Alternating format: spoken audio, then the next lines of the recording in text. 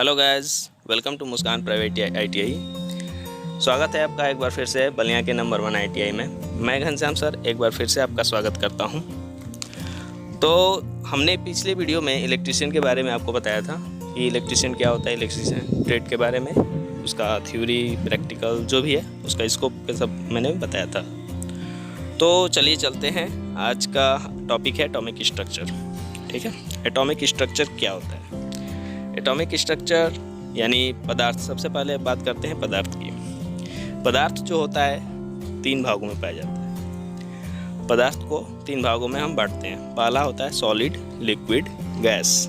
ठीक है, सॉलिड किसे कहते हैं यानी ठोस किसे कहते हैं? जिसका कोई निश्चित भार हो, निश्चित आयतन और आकार। तो ये जो है तीनों निश्चित होते हैं, उसको हम बोलते हैं सॉलिड। ठीक है, सॉलिड यानी जैसे एग्जाम्पल की बात करते हैं तो ईंट हो गया, पत्थर हो गया, मतलब एक ठोस हो तो उसको हम बोलते हैं सॉलिड। ठीक है, बात करते हैं हम लिक्विड की। जिसका भार तो हो लेकिन आकार जो होता है अनिश्चित होता है, लेकिन आयतन जो है निश्चित होता है, उसको हम बोलते हैं लिक्विड। ठीक है, लिक्विड यानी एग्जाम्पल की बात करें तो आपका हो जाएगा पानी, दूध, पानी, पेट्रोल, डीजल इत्यादि सब ये क्या है? लिक्विड है। अब बात करते हैं गैस की। जिसका भार हो लेकिन आकार और आयतन दोनों निश्चित नहीं होता है, उसे हम गैस कहते हैं। ठीक है, गैस इसमें एग्जाम्पल की बात करें तो आपका हो जाएगा ammonia gas, hydrogen gas, oxygen gas, LPG gas. ठीक है, ये सब क्या है? गैस है। अब बात करते हैं आगे पदार्थ के बारे में यानी मैटर्स के बारे में। ये जो आपको फिगर दिख रहा होगा ये है एक मैटर। ठीक है, यानी पदार्थ एक सॉलिड स्टेट में होता है, उसके बाद उसको जब तोड़ा जाता है तो वह आ जाता है आपका अणुओं में टूट जाता है, छोटे छोटे भागों में। जब पदार्थ को तोड़ा जाता है तो यह अणु के रूप में टूटता है, और जब अणु को विभाजित किया जाएगा तो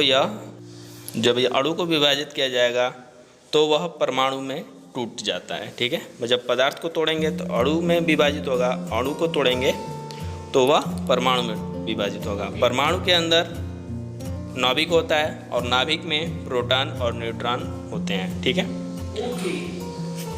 बाहर कक्षाएं होती हैं जिसके अंदर इलेक्ट्रॉन होते हैं, और वो इलेक्ट्रॉन अपनी कक्षाओं में चक्कर लगाता है और अपने धुरी पे भी ये चक्कर लगा रहता है। ठीक है, बात करते हैं आप परिभाषा की पदार्थ का। पदार्थ जिसका कोई निश्चित भार हो और स्थान घेरता है उसे पदार्थ कहते हैं। ये 3 भागों में 3 रूपों में पाया जाता है। ठीक है, पहला होता है ठोस, दूसरा द्रव, तीसरा गैस। अब बात करते हैं अणु की। तो प्रत्येक पदार्थ छोटे छोटे कणों से बना होता है जिसे हम अणु कहते हैं। पदार्थ को तोड़ा जाए तो वह अणुओं में विभक्त हो जाता है। अब बात करते हैं परमाणु की। ठीक है, परमाणु यानी पदार्थ का प्रत्येक अणु अपने छोटे से कणों परमाणुओं से बना होता है, उसे हम परमाणु कहते हैं। अर्थात दूसरे शब्दों में हम कह सकते हैं कि अणु को तोड़ा जाए तो वह परमाणुओं में विभक्त हो जाता है। अब बात करते हैं परमाणु एटम स्ट्रक्चर यानी परमाणु स्ट्रक्चर के बारे में। ठीक है, तो ये फिगर में आपको दिखाई दे रहा होगा कि जो बीच में है हरा कलर का और नीला कलर का, 2 कलर हैं। उसमें हम मान लेते हैं जो है नीला कलर वाला प्रोटॉन है और हरा कलर वाला न्यूट्रॉन है। ठीक है, ये है एक नाभिक। ठीक है, नाभिक के बाहर जो रेड कक्षाएं दिख रही हैं इसमें आपको इलेक्ट्रॉन घूमते हुए नज़र आते हैं। ठीक है, जैसे कि एज लाइक सोलर सिस्टम होता है, उसमें उसके बीच में सूर्य जो है स्थिर होता है और उसके चारों ओर ग्रह जो हैं चक्कर लगाते हैं। उसके चारों ओर ग्रह जो है चक्कर लगाते हैं। ठीक ऐसे ही यहाँ पे इलेक्ट्रॉन जो है नाभिक के चारों ओर चक्कर लगाता है। जैसा कि आपको सोलर सिस्टम में दिखाते हैं। इस सोलर सिस्टम में बीच में ये सूर्य है और सूर्य के चारों ओर ये कक्षाएं हैं, ठीक है, कक्षाएं हैं ये। और इसमें आपको दिखाई दे रहा होगा ग्रह जो हैं अपने अपने कक्षाओं में चक्कर लगाते हैं।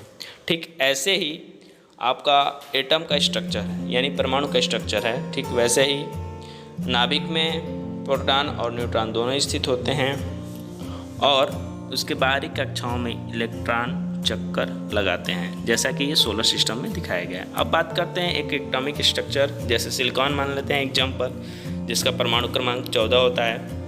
तो कक्षाओं में भरने का जो इलेक्ट्रॉन का सूत्र होता है 2n² होता है, ठीक है, 2n²। पहली कक्षा में हम भरेंगे 2, दूसरी कक्षा में 8, तीसरी कक्षा में 4, यानी परमाणु क्रमांक 14 है, जिसमें प्रोटॉनों की संख्या भी 14 होगी और इलेक्ट्रॉनों की संख्या भी 14 होगी, ठीक है।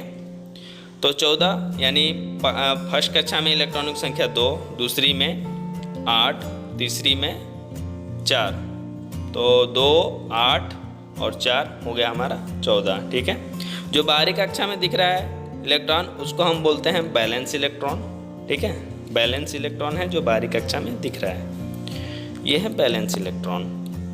और चलिए चलते हैं, अब आप आगे बात करते हैं नाभिक की परिभाषा, यानी परमाणु का केंद्रीय संघनन भाग नाभिक कहलाता है, ठीक है। इसमें प्रोटॉन तथा न्यूट्रॉन होते हैं, जिसमें प्रोटॉन पे धनात्मक आवेश तथा न्यूट्रॉन उदासीन होता है। ये दोनों अंतरा आणविक बल द्वारा नाभिक में बंधे होते हैं। अब बात करते हैं इलेक्ट्रॉन। यह एक मूल कण है जिसमें 1.6 10⁻⁻19 कूलम आवेश होता है। ये नाभिक के चारों ओर कक्षाओं में चक्कर लगाते हैं।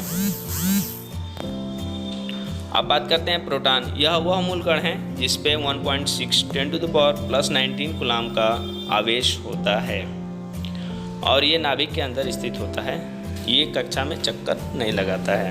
अब बात करते हैं न्यूट्रॉन की। यह वह मूल कण है जो उदासीन होता है, जिस पे कोई आवेश नहीं होता है।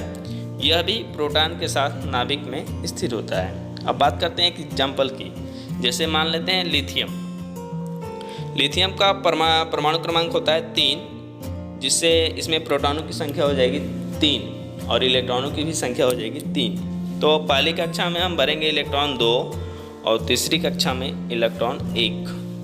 तो जो लास्ट कक्षा में एक इलेक्ट्रॉन आपको दिख रहा होगा उसको बोलते हैं फ्री इलेक्ट्रॉन्स, ठीक है, फ्री इलेक्ट्रॉन्स जो अपनी कक्षाओं में बहुत तेज़ी से चक्कर लगाते हैं। हम आपको बता दें बैलेंस इलेक्ट्रॉन किसे कहते हैं। बैलेंस इलेक्ट्रॉन यानी जो परमाणु के बाहरी कक्षा में एक से अधिक इलेक्ट्रॉन होते हैं, जिसको हम संयोजी इलेक्ट्रॉन भी कहते हैं। जो अंतिम कक्षा में इलेक्ट्रॉन होते हैं उसको हम बैलेंस इलेक्ट्रॉन बोलते हैं, ठीक है। तो चलिए चलते हैं, आपसे एक क्वेश्चन पूछ लेते हैं, क्या परमाणु को विभाजित किया जा सकता है? ये फर्स्ट क्वेश्चन रहेगा, इसका आप जवाब हमारे कमेंट बॉक्स में आप दे सकते हैं। रिलेटेड वीडियो देखने के लिए चैनल को सब्सक्राइब करें और बेल आइकन दबाना ना भूलें। Thanks for watching video.